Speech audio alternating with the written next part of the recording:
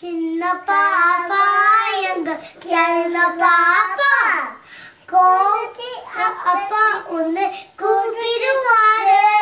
நீ கொஞ்சி கொஞ்சி பேசினாத்தான் சாப்பிடுவாரு சின்ன பாப்பா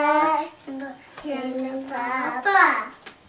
சொன்ன பேச கேட்டாதான் நல்ல பாப்பா சின்ன பாப்பா எங்க செல்ல பாப்பா சொந்த பேச